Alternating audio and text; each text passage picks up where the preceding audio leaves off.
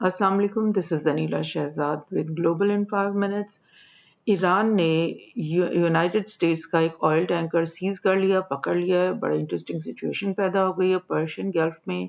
इसका हम ज़रा जायज़ा लेते हैं कि Iran's navy seizes Marshall Islands flagged ship, यानी ये जो शिप एडवांटेज स्वीट के नाम से एक ऑयल टैंकर है, इसके ऊपर जो फ्लैग लगा हुआ था वो मार्शल आइलैंड्स का था। और मार्शल आइलैंड्स आपको पता है एक पैसिफिक ओशन में एक रिमोट आइलैंड्स हैं और ये अलग से एक कंट्री है।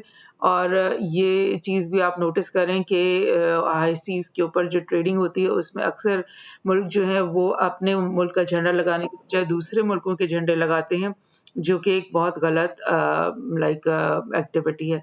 बहरहाल ये शिप जो है ये पर्शियन गल्फ में से गुजर रही थी और क्या हुआ कि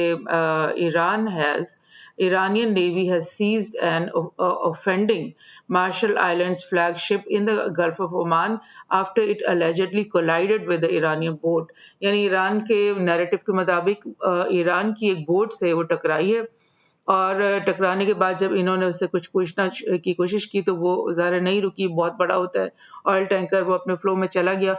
तो आगे जाकर के उन्होंने उसको घेरा और उसको वापस लेकर आए हैं और इस वक़्त वो उनके पोर्ट के ऊपर खड़ी हुई है ईरान के पास, इरानियन अथॉरिटीज़ के पास।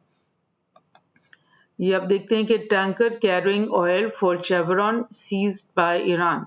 ये जो टैंकर था एडवांटेज स्वीट के नाम से, ये क्रूड ऑयल कहाँ लेकर जा रहा था? शेवरॉन के लिए लेकर जा रहा था, जो कि यूएस कंपनी है।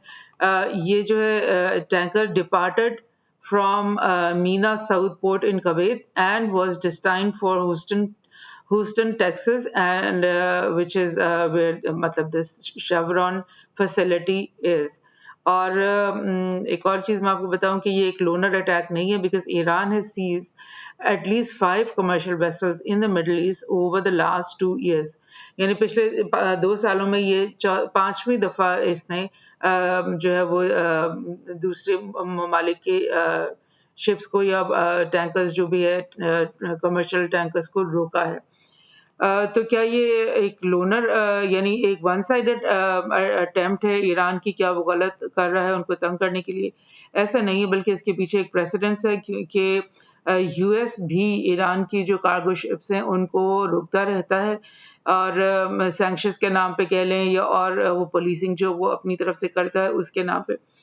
ये मैं आपको खबर बता रही हूँ कि US confiscates Iran oil cargo on tanker amid Tehran tension. ये अब मैं आपको बताती हूँ कि वाशिंगटन ने जो ईरानियन ऑयल टैंकर है on a tanker at sea recently in recent days in a sanction enforcement operation, three sources said, and days later जो है ये ईरान ने ये पकड़ लिया। यानी कि कुछ ही दिन पहले, यानी आप समझ लो 2-4 दिन पहले वाशिंगटन ये हरकत कर चुका था कि उसने सैंक्शंस के नाम पर एक ईरानियन टैंकर को रोका है और उसको बोला कि ये तुम्हें अलाउ नहीं है। और वो गालिबन टैंकर जो है चाइना जा रहा था ऑयल लेकर के या मतलब जैसे भी, तो उसको उन्होंने सीज किया है। तो इसी तरह टिट फॉर टैट जो है वो ईरान ने भी अब करना शुरू कर दिया। वो कह रहे हैं कि जी अगर आप हमारे टैंकर्स को रोक सकते हो हाई सीज पे, तो हम भी आपके टैंकर को रोक सकते हैं। तो ये मैं आपको थोड़ा सा पर्शियन गल्फ से भी दिखा देती हूँ। ये पर्शियन गल्फ है और इसमें आप ये देख रहे हो कि ईरान जो है इसके पास मैक्सिमम जो है कोस्ट है इस पर्शियन गल्फ के ऊपर भी और गल्फ ऑफ ओमान के ऊपर भी।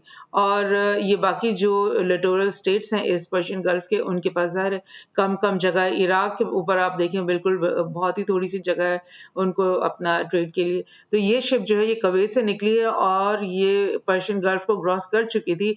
ये स्ट्रेट ऑफ हार्मोज जो है ये इसके चोक पॉइंट से भी गुजर चुकी थी और अब ये इधर गल्फ ऑफ ओमान में खड़ी थी, जबकि इन्होंने इनकी पेट्रोलिंग बोट्स ने इसको पकड़ के वापस लेकर आए हैं। यहाँ पर इनका पोर्ट बंदर अब्बास है जहाँ पे गालिबन इन्होंने इसको खड़ा किया हुआ है।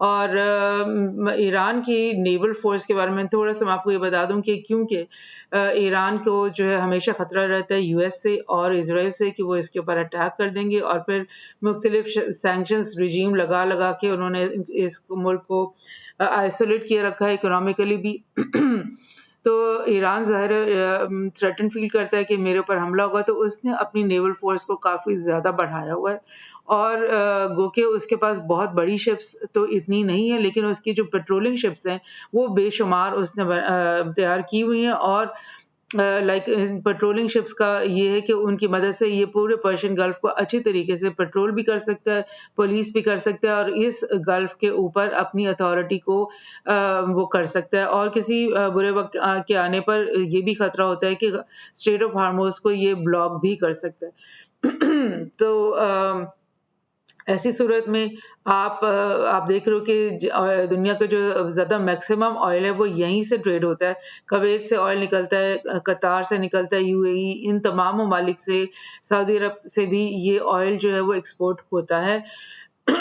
और मैक्सिमम अमाउंट ऑफ ऑयल है जो कि पर्शियन गल्फ से गुजरता है, टैंकर्स गुजरते हैं डेली बेसिस के ऊपर। तो अब यानी ट्रेड भी यहीं से करनी और पंगा भी लेना ईरान से, तो ये तो अच्छी बात नहीं है।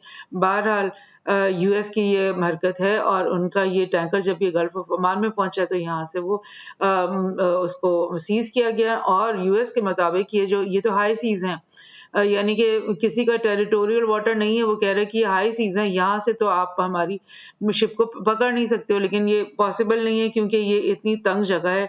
तो ये या तो ईरान की टेरिटोरी होगी या फिर ओमान की टेरिटोरी होगी, ये हाई सीज़ तो नहीं लग रहे। बहरहाल उनका ये कहना